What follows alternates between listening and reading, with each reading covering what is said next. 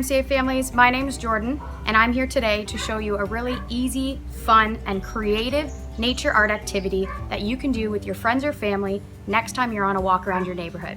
All you're gonna need is a piece of paper and pencil crayons or crayons. First step, lace up those shoes and get moving.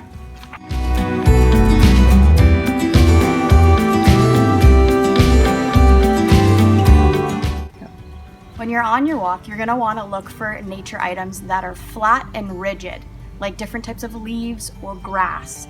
Please make sure you're not picking anything from your neighbor's gardens. Make sure it's already on the ground when you're picking it up.